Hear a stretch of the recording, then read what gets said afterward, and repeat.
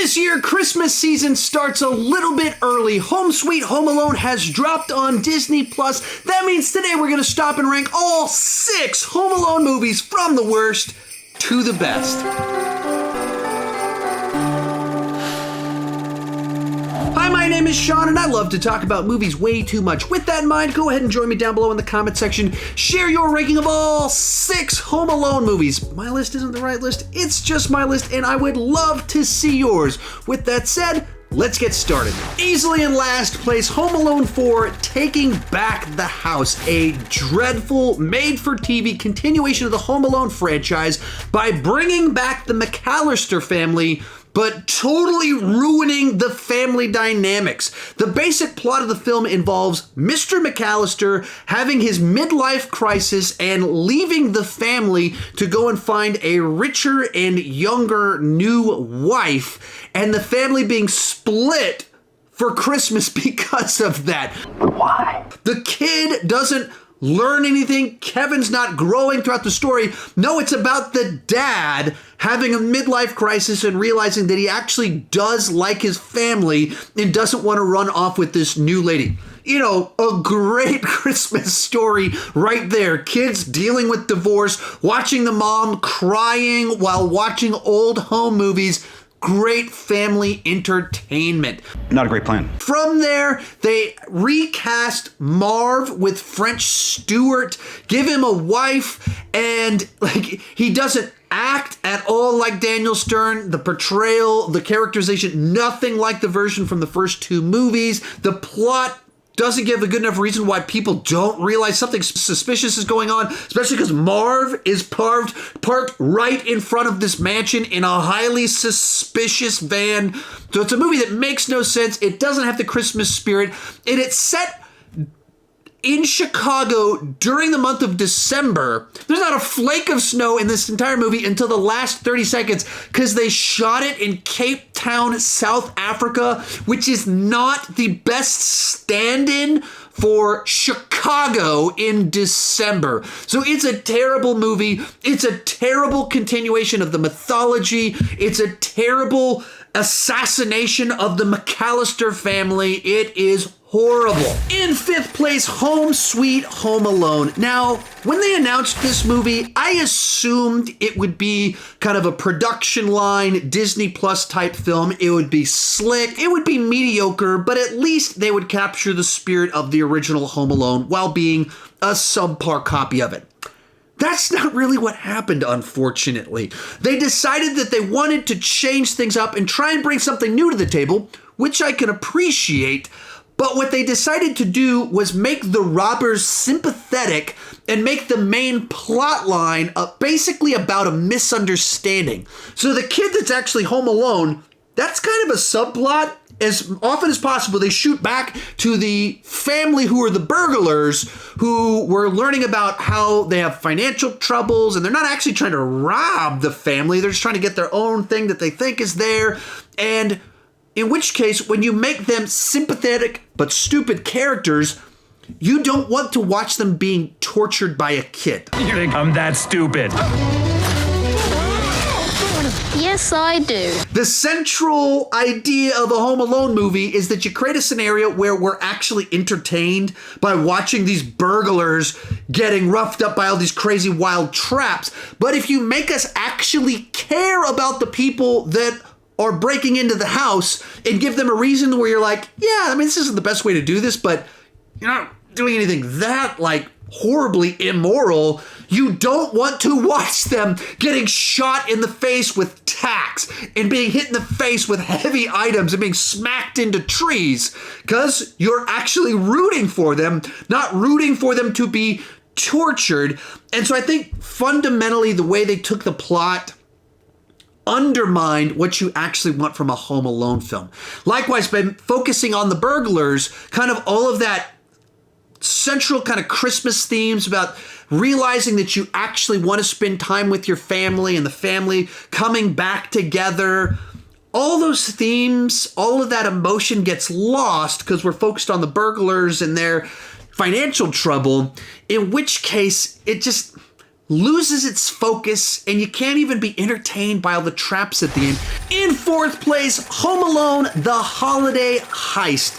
A harmless but pretty lame Home Alone film. It doesn't offend me. It's not all that great either. The basic setup, the basic mechanics of the plot, I think work well enough. You care enough about the family, the fact that there's kind of this artwork in the house and it's a home with a big history. There's enough there that's kind of interesting to it. But when you start getting into the actual traps, I think that's where they really drop the ball, and you get some unbelievably lame situations where, like, one of the traps involves trying to convince a robber that the house is haunted and spooking them with strobe lights and things like that. Not impressed. There's another part where they trick them into eating cookies that have Alka-Seltzer in them, and so foams and stuff are shooting out of the sinks. Like, they're just very lame, goofy traps. There are a few things, nice touches that I think worked really well. There's this whole subplot about the kid playing video games, and he has a friendship with kind of this single dude that's like 30 years old. And the movie manages to like toy the line of like, wait, isn't this a little bit creepy? Versus the kid using that as a way to kind of like signal for the family. The funniest segment in the entire movie involves that grown man trying to call the kid's family to try and inform them what's taking place, where they like nailed the right tone of how creepy that phone call would be. Okay, so that came out wrong. Well, who is this, and how did you get this number?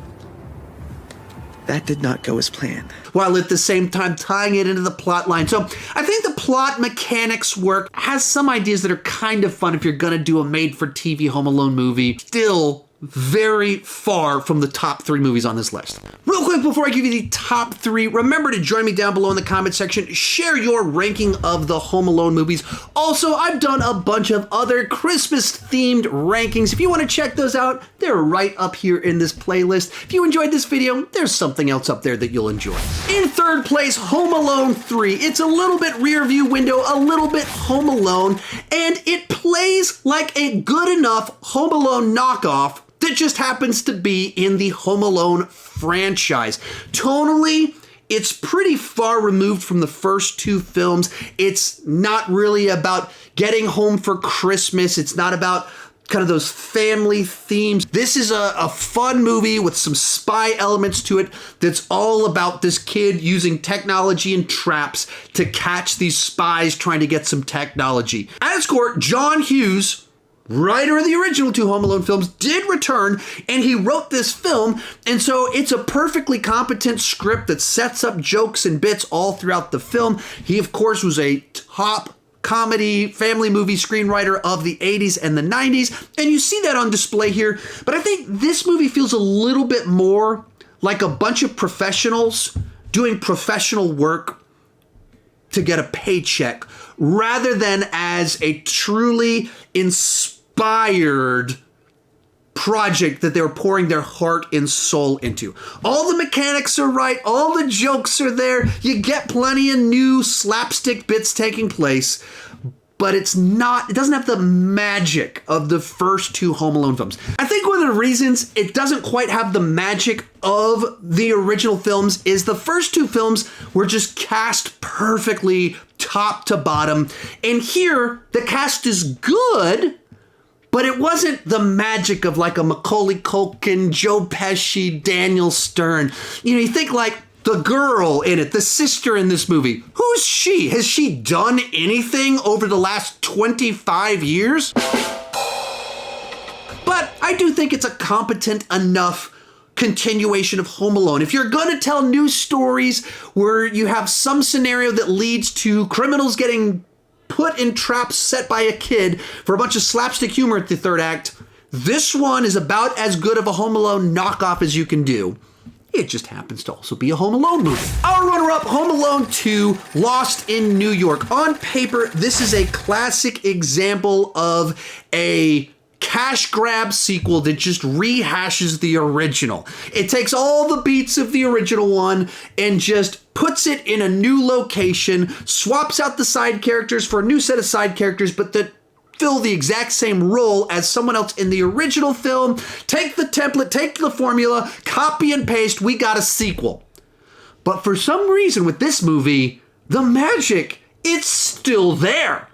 Even though it should feel like a cheap rehash, it still works. Everything about this movie, it still tugs at the heartstrings. All the family things about themes about getting everyone together, they all still work. And as we move into the third act where we have this big gigantic slapstick scenario, it might be even just a little bit better because it's a little bit more extreme than what we got in the first movie that was pretty extreme with what the kid was doing. I think a big part of that is that the cast in the original is so good that it's just fun to see them doing all of this stuff again. And the new cast that they added at the hotel are great additions. Tim Curry, Rob Schneider.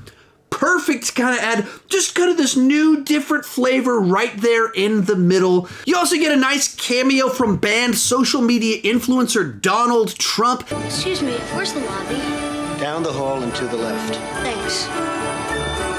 Despite the basic idea feeling kind of like a lazy rehash, in the execution, it still absolutely works for me. It still puts a big grin on my face. But coming in first place, the original Home Alone. As I mentioned earlier in this video, I was born in 1981. That means I was the perfect age to absolutely eat this movie up when it first came out. And here we are 30 years later. I have 3 kids and all 3 of them absolutely love this movie. And there's just something about this film that makes almost everything about it, every line of dialogue, every sequence memorable, quotable. Whether that's the fake little movie that Kevin watches, Keep the change, you filthy animal. to the little gimmicks that he does all throughout the film, messing around with people, all of it is so iconic.